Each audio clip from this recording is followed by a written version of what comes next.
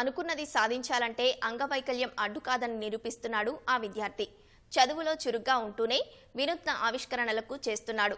10 నిమిషాల వ్యవధిలో ఎదుట ఉన్న మనిషిని బొమ్మగీస్తూ ఔరా అనిపిస్తున్నాడు. సాధారణ విద్యార్థులకు భిన్నంగా ప్రతిభ కనబరుస్తూ బహుమతులు సొంతం చేసుకుంటున్న ఆ విద్యార్థిపై ప్రత్యేక కథనం.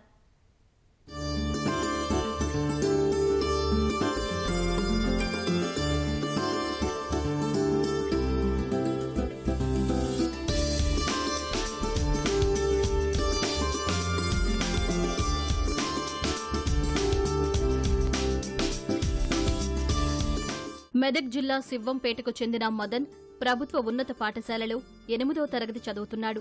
మాటలు రాకపోయినా, చెవులు వినిపించకపోయినా నిరుత్సాహపడలేదు మదన్.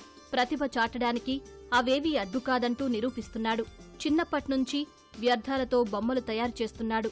చిత్రాలు గీయడంలో మంచి ప్రతిభ కనబరుస్తున్నాడు. తాను గీసిన చిత్రాలు, చేసిన బొమ్మలు బడిలో ప్రదర్శిస్తున్నాడు. చిత్రకళ పోటీల్లో పాల్గొంటూ బహుమతులు అందుకుంటున్నాడు.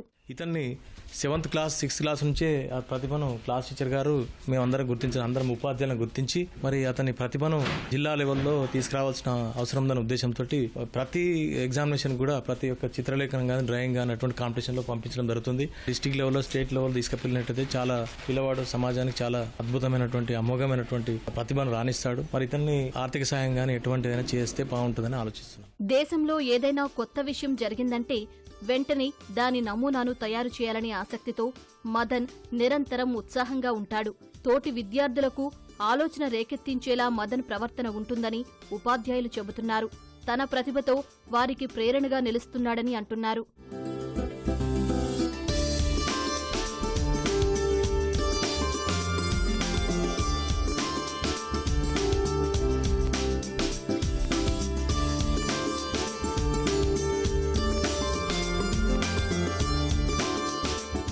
ఇతను స్పెషల్ టాలెంట్ ఉంది. ఏ విషయాన్ని చూసినా కూడా అద్భుతంగా యాజ్ ఇట్ ఈస్గా దించగలిగే కెపాసిటీ ఉంది. ఓన్లీ మాటలు రావనే కానీ మిగతా సంజ్ఞ ద్వారా అన్ని విషయాలు అర్థం చేసుకోగలుగుతాడు.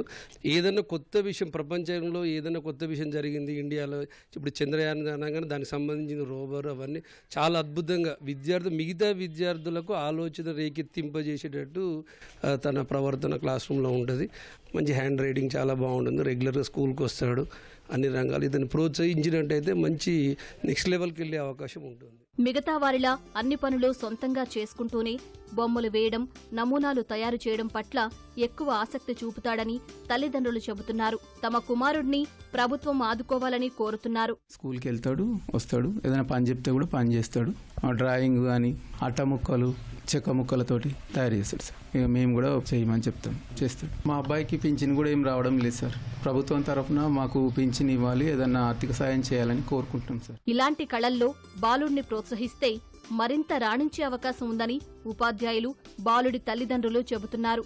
ప్రభుత్వంతో పాటు దాతలు ముందుకు వచ్చి మెరుగైన వైద్యం అందించేందుకు సహాయం చెయ్యాలని ఆశిద్దాం.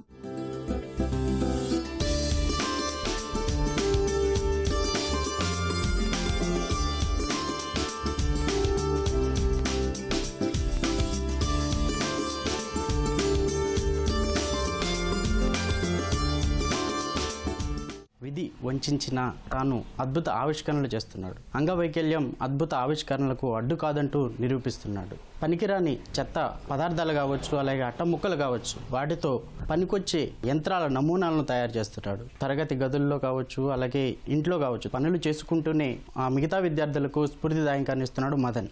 మరిన్ని అద్భుతాలు ఆవిష్కరించాలని, అలాగే జిల్లా రాష్ట్ర స్థాయిలో కూడా తాను ప్రతిభ సాధించాలని ఉపాధ్యాయులతో పాటు మనం కూడా కోరుకుందాం. కెమెరామెన్ మొహమ్మద్ షాతో రామకృష్ణ, ఈటీవీ న్యూస్, శివంపేట.